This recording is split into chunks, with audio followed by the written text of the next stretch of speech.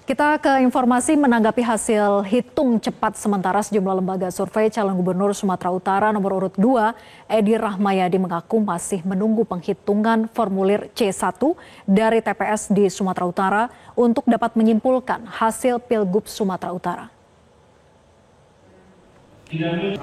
Dalam pantauannya di data center tim pemenangan Edi Rahmayadi Hasan Basri Sagala, Edi mengatakan hasil quick count sementara tidak berbeda jauh dengan penghitungan cepat yang dilakukan oleh timnya.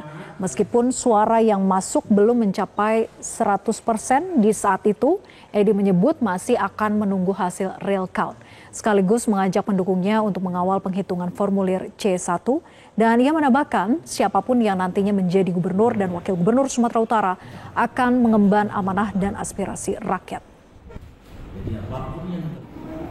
Kita ikuti sampai nanti menjadikan kepastian. Inilah demokrasi.